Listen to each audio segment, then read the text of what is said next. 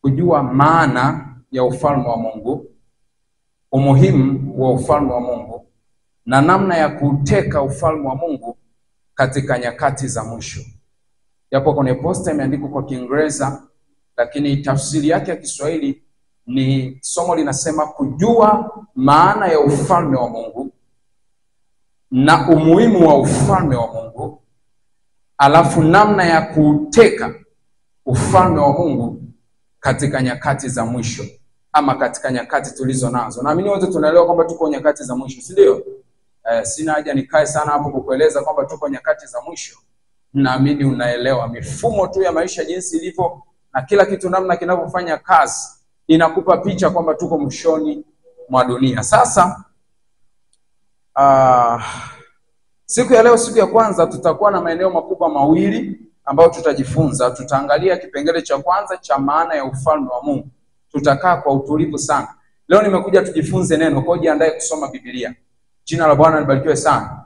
Jiandae kusoma Biblia, tutasoma vifungu kadhaa kwa pamoja hapo. Watu wangu wazuri, watumishi wa Mungu, wapako mafuta wa IT wako tayari, na ninawaheshimu sana kaka zangu hawa. Jina la Bwana libarikiwe sana. Kwa hiyo watatusaidia, tutapata nafasi ya kusoma kwa pamoja. So tutaangalia kitu cha kwanza, maana ya ufalme wa Mungu. Ndio jambo la kwanza tutajifunza leo kwa utulivu. Alafu straight tutaenda kwenye kipengele cha pili cha umuhimu wa ufalme wa Mungu. Kwa nini tunajifunza habari ya ufalme wa Mungu? Kwa nini Mungu atuletee somo hili? Kwa nini Roho Mtakatifu atake tuwe na ufahamu wa kutosha kuhusiana na ufalme wa Mungu? Kuna umuhimu gani wa kuelewa ufalme wa Mungu? Kuna umuhimu gani wa kuelewa maana sahihi ama thabiti ya ufalme wa Mungu? Kwa hiyo tutaangalia umuhimu wa ufalme wa Mungu. Tutakuwa na pointi chache kama 4-5, alafu kesho tutaendelea mbele zaidi, na kesho tutakuwa na nafasi nzuri sana ya kuomba. Jina la Bwana libarikiwe sana. Sasa niende moja kwa moja kwenye maana ya ufalme wa Mungu. Maana ya ufalme wa Mungu. Kichwa chetu kimetoka kwenye Mathayo sura ya 11 mstari wa 12. Biblia ya Kiswahili, Mathayo sura ya 11 mstari wa 12. Mathayo 11:12. Haleluya. Mathayo 11:12.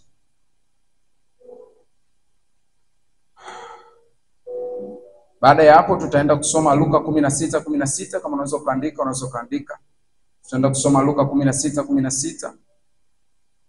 Alafu baada ya hapo tutasoma kitabu cha Danieli sura ya 3 mstari wa 9 mpaka wa 18. Danieli sura ya 3 mstari wa 9 mpaka wa 18. Sasa tuangalie wote ubaoni, alafu tusome kwa sauti kuu. Naamini wote tuko mahali hapa kujifunza, sio maana yake? Wote tusome kwa sauti kuu. 1, 2, 3. Tangu siku za Yohana Mbatizaji hata sasa ufalme wa mbinguni upatikana kwa nguvu, alafu nao wenye nguvu wauteka. Jina la Bwana libarikiwe sana. Bwana Yesu asifiwe sana.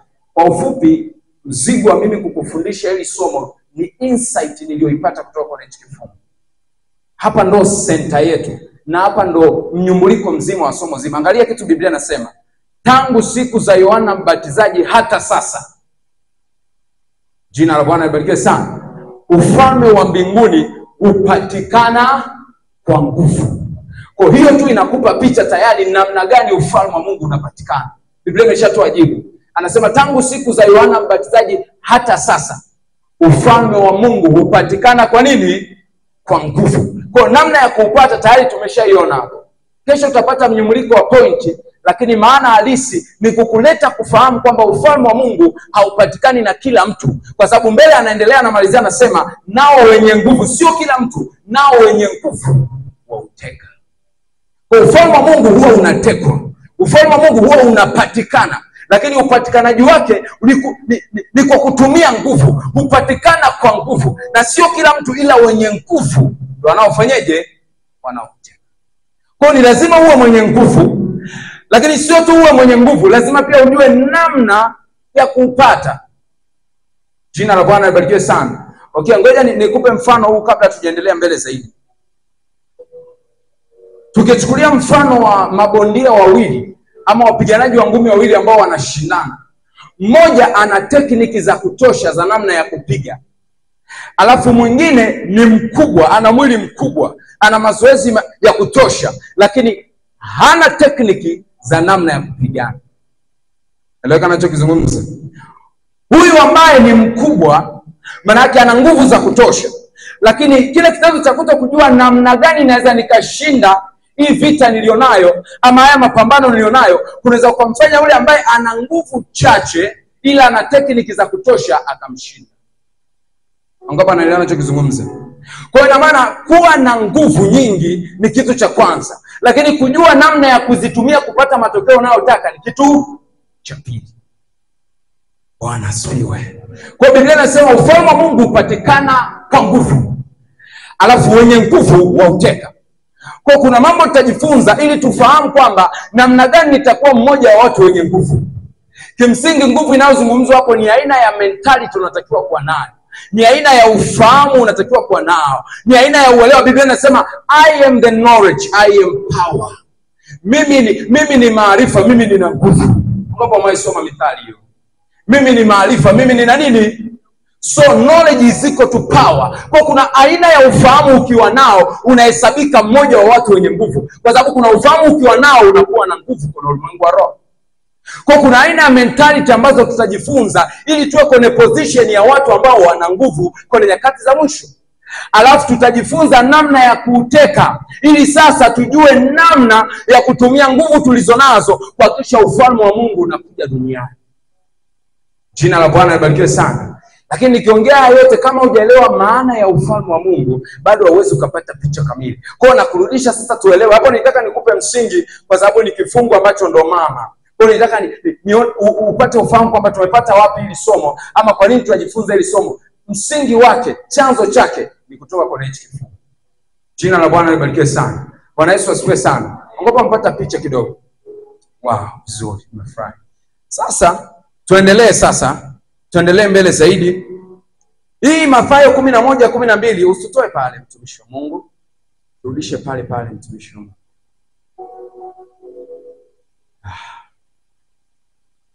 Wakati huo kama tunaweza tukaandaa na ile slide yetu. Haya. Anasema tangu siku za Yohana Mbatizaji hata sasa ufalme wa mbinguni upatikana kwa nguvu. Hasa nataka tuelewe alipokuwa anazungumza ufalme wa mbinguni alikuwa anamaanisha kitu gani? Jina la Bwana libarikiwe sana. Nataka Biblia itafsiri tupate maana ya kibiblia, okay? Ukiwa kama mwanafunzi wa Yesu, nataka nikupe mbinu moja hapo uifahamu ili uweze kukusaidia. Moja kati ya namna ya kukusaidia kuelewa maandiko ni pamoja na kutumia various translations. Kutumia tafsiri mbalimbali za Biblia. Jina la Bwana libarikiwe sana. Tunajua tunao Biblia yetu ya Kiswahili SUV, Swahili Union Versions. Ndio maana yake. Lakini tuna ile meja ambayo ni King James Version. Hiyo ndo mama. Ndio maana yake kwa Kiingereza. Ndio maana yake. Lakini kuna a lot of translation kwa lugha ya Kiingereza na a lot of translations kwa lugha ya Kiswahili. Kuna Biblia tafsiri ya neno, kuna Biblia tafsiri ya Kiswahili cha kisasa. Ndio maana yake. Ukienda kwa Kiingereza kuna AMP, Amplified Version. Sio maana yake utakutana na easy to read Bible. Kuna a lot of versions. Asa moja kati ya version ambayo leo tutatumia version kubwa 3. Lakini kwa sababu ya muda tutatumia version kubwa 2 ili to save time. Tutatumia Swahili Union Version 3. Alafu tutatumia KJV, King James. Bwana asifiwe sana. Alafu ya mwisho hii kwa sababu hatujafanikiwa kuipata, kwa hiyo nimeandaa slide zake. Mimi ninayo kwenye simu yangu. Inaitwa Translation for Translators, T4T. Jina la Bwana libarikiwe sana. Ile imefafanua zaidi, lakini hata KJ Amplified imefafanua kwa uzuri sana hivi vifungu. Kwa tutasoma kwa pamoja tuone hivi Biblia zingine ama tafsiri zingine za Biblia zinaeleza nini kuhusiana na ufalme wa wapi? Wa mbinguni. Ili ukishaelewa maana ya ufalme wa mbinguni uweze kuuteka sasa. Ngapi tuko pamoja? Wow, nanifurahisha. Twende mtumishi wa Mungu, tupatie sasa tuone hii ufalme wa mbinguni upatikana kwa nguvu. Huu ufalme wa mbinguni kwa maanisha nini? Tupatie ile slide.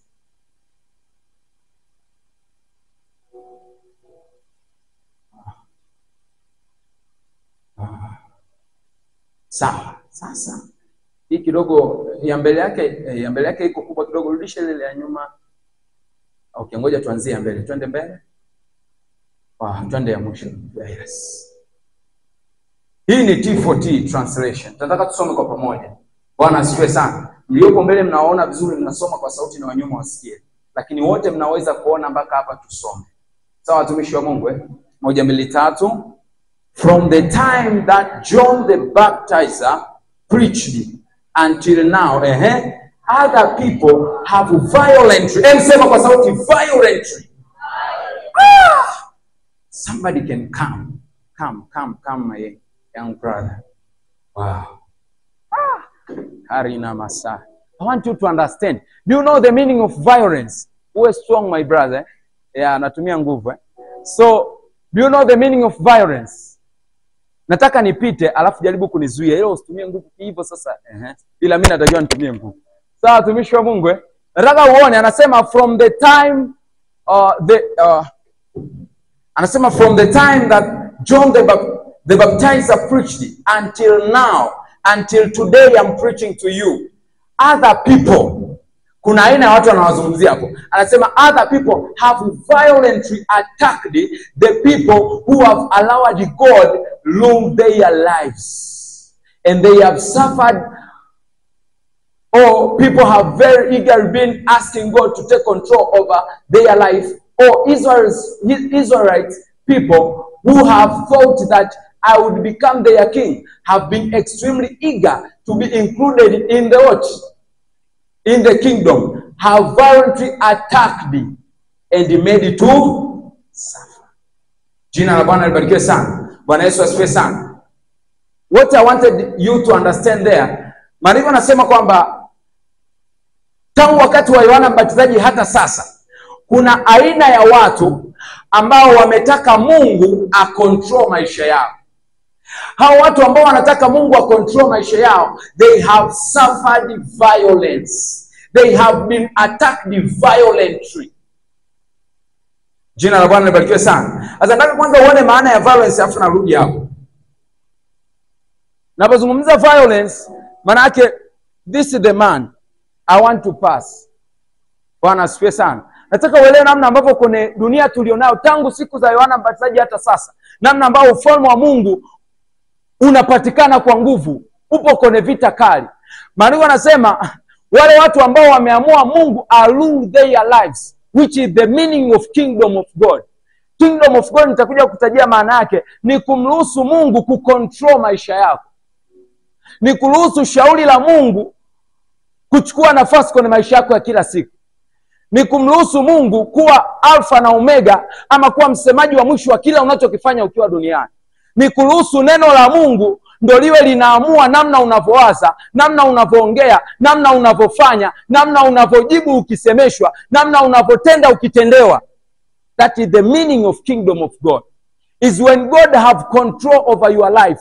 Is when the will of God has taken control over your being.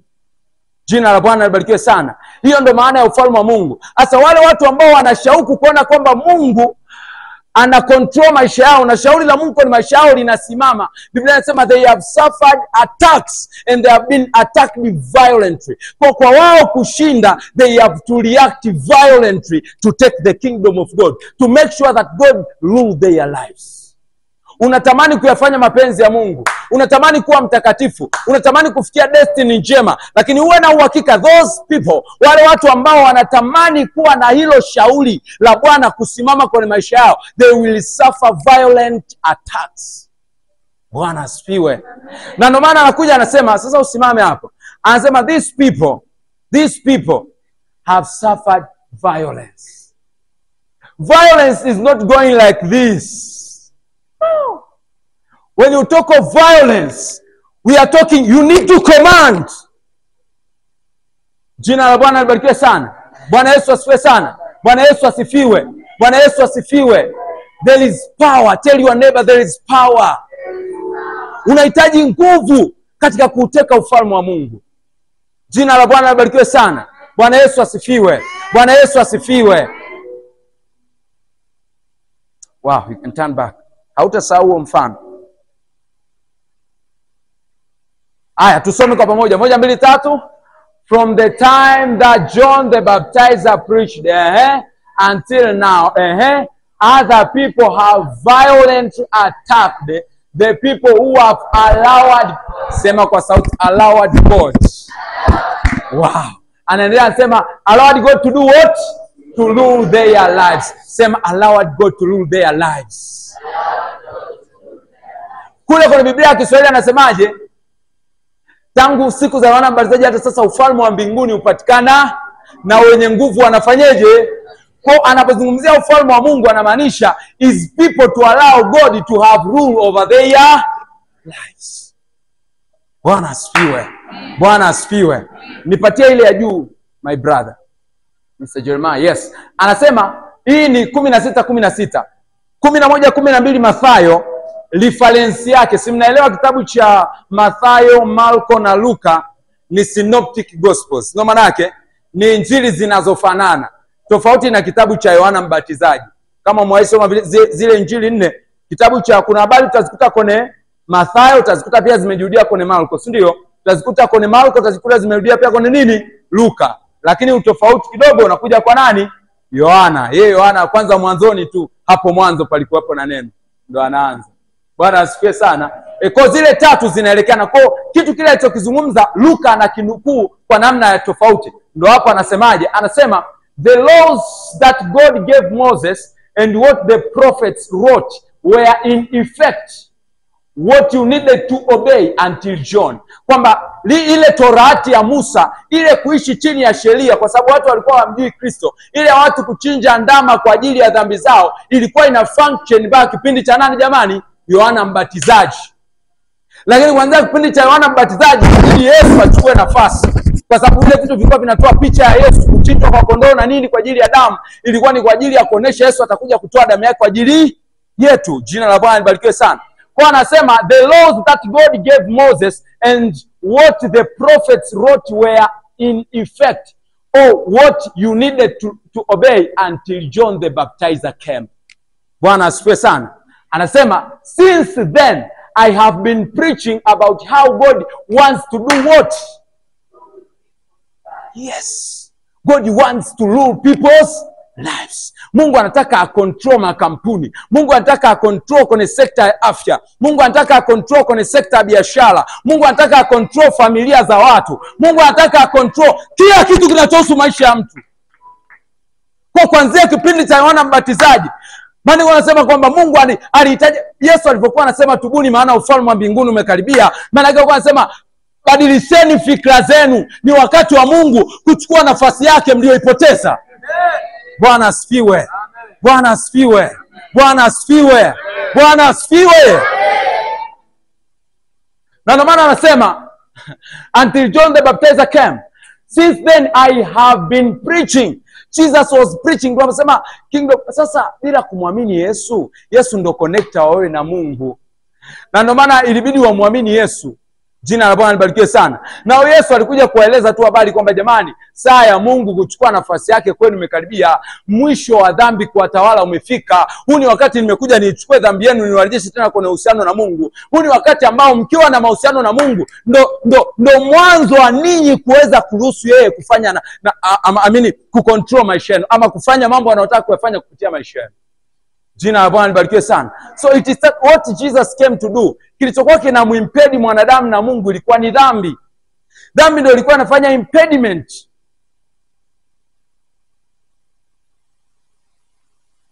Utendaji wa makusudi ya Mungu kwenye maisha yako umekaa kwenye msingi wa Mungu kama baba na wewe kama mwana.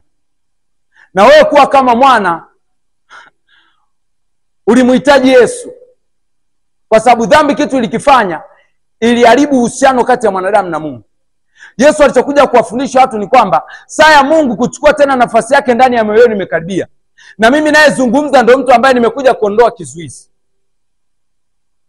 Jina la Bwana libarikiwe sana. Bwana Yesu asifiwe sana. Bwana Yesu asifiwe sana. Dhambi ipo ndani yenu, lakini ukiniamini mimi nakuja ninaichukua. Hukumu iko juu yenu kwamba hamtakiwi tena kuishi sawa sawa na Mungu, kuliishi kusudi la kuwepo duniani, lakini nimekuja niondoe kile kiambaza kinachowatinga ninyi.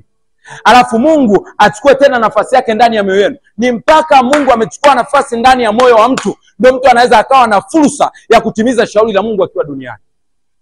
nje na hapo atakuwa chini ya dhambi. The sin cannot allow you to live the will of God. Kwani wewe ukiwa unakunywa pombe Mungu anapungukiwa nini? Wewe ukiwa unafanya umalaya au uzinzi Mungu anapungukiwa nini? Wewe ukifanya mambo ya ajabu au mambo ya ovyo Mungu anapungukiwa nini? Ila ni kwamba mashauri ya Bwana ya kuleta duniani hautayaishi, kwa sababu huwezi ukatumikia mabwana wawili. Maandiko yanasema aidha utampenda huyu na kumchukia huyu. Hamwezi kumtumikia Mungu na mali. Hamwezi kumtumikia Mungu na dhambi. Ukiwa mtumishi wa dhambi, maana yake utumishi wako mbele za Mungu unakuwa compromised. Ukiwa mtumishi wa Mungu, maana yake dhambi sio fungu lako.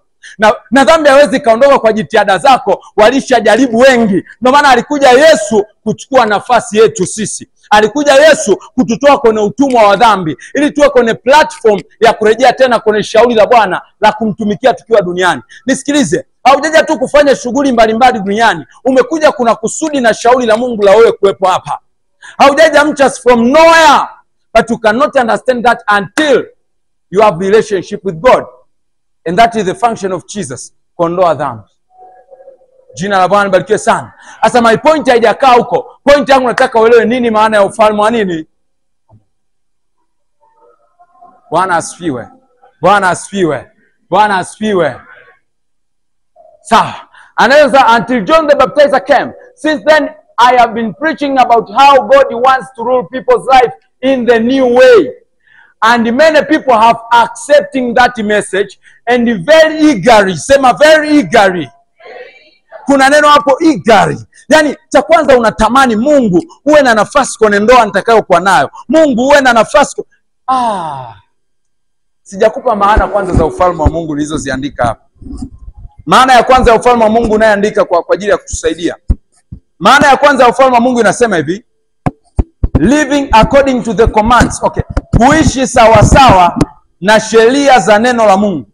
Andika kama unaandika itakusaidia. Kuishi sawa sawa na sheria za neno la Mungu, hata kama itagharimu kupoteza heshima duniani. Andika. Ni kuishi sawa sawa na sheria za neno la Mungu, hata kama itagharimu kupoteza heshima duniani, kupoteza nafasi ulionayo duniani, kupoteza uthamani mbele ya watu wa dunia hii, kufa, hata kama itamaanisha kufa, kutokuolewa au kutofautiana na kundi la watu wengi. Narudia tena. Tunapozungumzia habari ya kuishi tunapozungumzia habari ya ufalme wa Mungu tunamaanisha ni kuishi sawa sawa na sheria za neno la Mungu. Hebu tuseme kwa sauti. Ni kuishi sawa sawa na sheria za neno la Mungu. Ongeza sauti yako. Sema ni kuishi sawa sawa na sheria za neno la Mungu, hata kama itagharimu kupoteza heshima, kupoteza nafasi, kupoteza thamani mbele ya watu wa dunia hii, kufa, kutokuolewa au kutokuoa, au kuwa tofauti na kundi la watu wengi. Hiyo ndo maana ya ufalme wa Mungu. Ni kuamua kuishi sawa sawa na sheria za neno la nani? La Mungu. Even if it may mean to die. Even if it may mean kupoteza nafasi yako as a medical student. Even if it may mean not to be married. It has to reach a point when tutapata wanawake ambao wanakuambia, if you want me to compromise with my relationship with God, it's better that you do not marry me, but not I disconnect with my father. We have to have those kind of women. Those are called violent women who can take the kingdom of God in the end times. We need to have those people who will say, even if it means to die, even if nitaonekana aliishi akafa akiwa na miaka 23, 24, 25, 26, 30, but I and God, we are in right position. Tupo pamoja, tupo sawa na Mungu. It is meaningful to me than to sin and to access the earthly things and compromise my relationship with my Father. Hallelujah. Amen. Tutasoma hapo vifungu vichache haraka. Okay? Maana ya pili, andika. Maana ya ufalme wa Mungu. Hizi ni maana tofauti tofauti Kwa hiyo zina maana tofauti tofauti kukupa upano wa uelewa. Maana ya pili, maana ya ufalme wa Mungu ni accessing or reaching the vision God gave you. Reaching the visions God gave you, or the destiny God intended for you. Ni kufikia ama ni kuyafikia ama kuyatimiza maono Mungu aliyokuwekea, ni kuifikia hatima njema Mungu aliyokuumbia. Ninaamini kuna watu hapa mnatamani kuja kuwa watumishi wakubwa wa Mungu. Kuna watu mnatamani kuja kuwa madaktari watakaomdhihirisha Mungu na kusaidia maisha ya watu. Kuna watu mnatamani kuja kuwa na ndoa zenye utukufu. Kuna watu mnataka mje mzalie Mungu watoto ambao watakuwa watumishi wakubwa wa Mungu. Kuna watu ambao mna maono ya kuwa wafanyabiashara wakubwa na mambo mengine mengi yafanao na hayo. Jina la Bwana libarikiwe sana. Lakini kitu ambacho unatakiwa kuelewa, utakapofikia hatua ukawa huyo mfanyabiashara, you have brought the kingdom come. Umeshauleta ufalme wa Mungu duniani.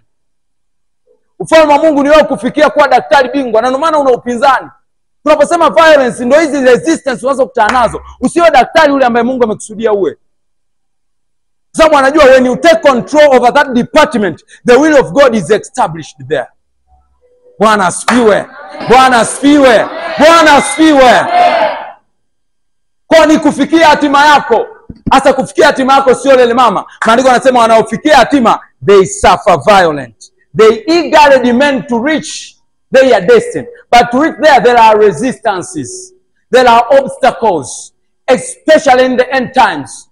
Kuna mambo mengi. There are evil things. There are attractions of this world. And you need to overcome them so that you can reach that destination God planned and intended for you. Bwana asifiwe. Bwana asifiwe. Wangapi wako wananielewa ninachozungumza? Wow, God bless you. Maana ya mwisho ya ufalme wa Mungu,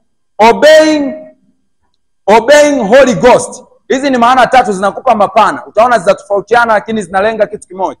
Maana ya tatu, obeying Holy Ghost in day-to-day instructions. Obeying Holy Ghost in day-to-day instructions. Kumtii Roho Mtakatifu kwenye maelekezo anayokupa ya siku kwa siku. Ukisema ufalme wa Mungu duniani, maana yake ni watu kuishi kwa kufuata maelekezo ya Roho Mtakatifu anayowapa siku kwa siku. Maana ya kwanza ni kuishi kwa kufuata sheria za neno la Mungu, hata kama itagharimu kitu chochote ikiwemo mauti. Lakini maana nyingine ni kumruhusu Roho wa Mungu kuongoza na kutawala maisha yako, kutii maelekezo anayokupa siku kwa siku. The instruction that the Holy Spirit gives you day to day. When you obey them, when you yield your spirit onto those instructions, when you live according to those instructions, it means you have brought the kingdom come. It means you have made the will of God to take control over your life. Jina la Bwana libarikiwe sana. Bwana Yesu asifiwe sana. Bwana Yesu asifiwe sana. Apart from being a destiny which is to come, it also means to obey Holy Ghost every day. Because it takes obedience to Holy Spirit every day, so as you can one day become somebody. Those whom you see, they have walked with God, and now they have a record of testimony. They have been figures to the church. You have to know that they were yielding themselves during the time that you did not know. You are not there. They were yielding themselves in the instructions of Holy Ghost. Day-to-day instructions of Holy Ghost. And when they were yielding, Holy Ghost was waxing their spirit. They were made strong. They were receiving instructions. They were receiving revelations. Those revelations contained instructions how they can reach what God has planned and intended them to reach. Jina la Bwana libarikiwe sana. Bwana Yesu asifiwe sana. Bwana Yesu asifiwe. Kwa walikuwa wanamtii Roho Mtakatifu siku kwa siku. Wow. Naamini umeelewa hizo maana tatu. Sio maana yake? Sawa. Sasa mtumishi wa Mungu, kwa sababu ya muda, tuletee Daniel sura ya 3. Daniel sura ya 3 mstari wa 9 mpaka wa 18. Wa 9 mpaka wa 18. Wa 9 mpaka wa 18. Tutamalizia hapa. Alafu kesho tutaangalia umuhimu wa ufalme wa Mungu. I intended kuenda hapo lakini sitaki kurush. Naomba tupatie hiyo.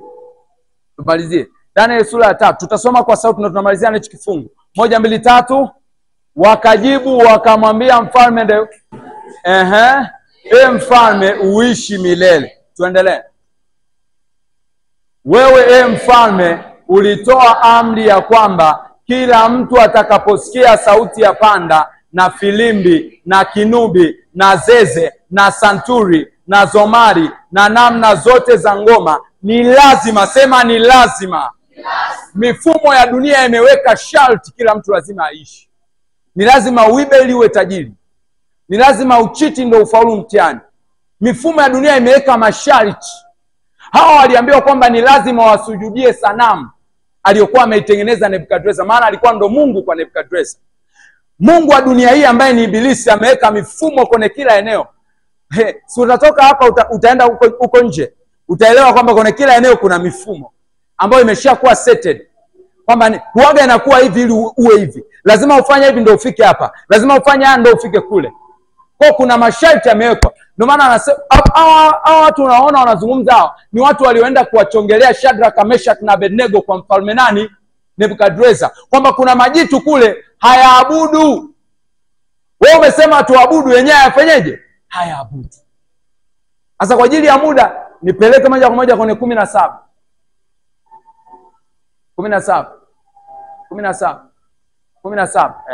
Anasema kama ni hivyo, nirudishie 16 ili tuelewe. Aya, tusome kwa pamoja. Wanasemaje? Ndipo Shadraka na Meshaki na Abednego wakajibu wakamwambia mfalme. Walikuwa wanamjibu kitu gani? Wakati huo mfalme alikuwa amewaambia hivi, nimesikia kwamba mmegoma kuabudu sanamu. Labda inawezekana hamkuwa serious. Labda inawezekana hamkufikiria vizuri mnachokifanya. Hamkujua kwamba mtapata madhara gani ikiwa hamtasujudu sanamu ambayo imetolewa iabudiwe kwa amri ya nani? Ya mfalme wa nchi. Labda hamkujifikiria.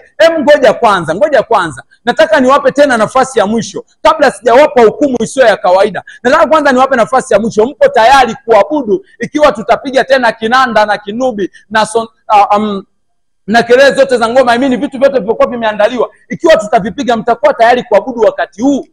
Ndio hapa wanajibu wanasemaje? Ndipo Shadraka na Meshach na Abednego wakajibu wakamwambia mfalme, Nebukadreza, hamna haja kukujibu katika neno hili. Maana yake hatukukurupuka, tunaelewa tulichokifanya. Sisi ndio wale tunaoitwa violent takers. Sisi ndio wale tunaoitwa those people who eagerly wants God to have rule over their lives. Sisi ndio wale tunaoitwa watekaji wa ufalme wa Mungu. Kwa kaambia, ndipo Shadraka na Meshach na Abednego wakajibu wakamwambia mfalme, Nebukadreza, hamna haja ya kukujibu katika neno hili. Endelea. Malizie 18. Kama ni hivyo, Mungu wetu tunayemtumikia aweza kutuokoa na tanuru ile iwekayo moto, naye atatuokoa na mkono wako. Alafu tumalizie 18. I like it. Bali kama si hivyo, sema kama si hivyo. Sema kama si hivyo. I'm sorry my leaders, may you give me 2 minutes. 2 minutes. Tupatie ile nani? Tupatie ile slide watu waisome. Hiyo neno kama si hivyo. Kama si hivyo maana yake hata asipotuokoa. Wangapi wanaweza wakasoma hapo? Ambao tunaweza tusome kwa sauti. 1, 2, 3. Shadrach, Meshach and Abednego replied, Nebukadreza,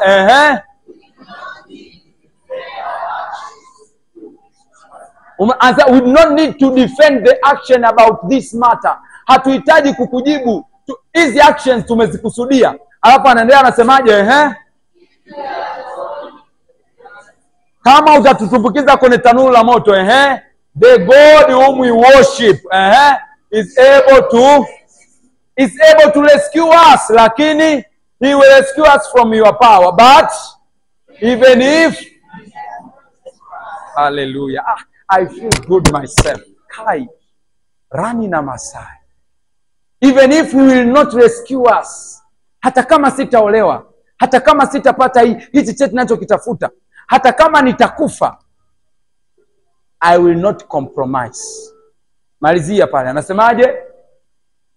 Even if tusome moja, but even if he does not, tunamwamini anaweza kutuokoa na hakika hakuwaokoa. Lakini walikuwa tayari hata asingewaokoa. Maana walikuwa wanamwamini Mungu beyond the actions. Wow. Anasemaje? Even if he does not rescue us, you need to know that we will never. Simama mahali ulipo. We will never. Asemi kwamba it's just today. This decision we have made for our lifetime. This decision we have made for the whole time that will be on this earth. Anasema we will never. Somebody say never. Ongeza sauti yako, sema never. I will never bow myself to the patterns of this world. I will never taken into control by the systems of this world. But all days of my life, I will allow God to take control over my life. I will allow God to rule my life. I will surely reach the destiny He intended for me. Clap your hand to Jesus. Hallelujah.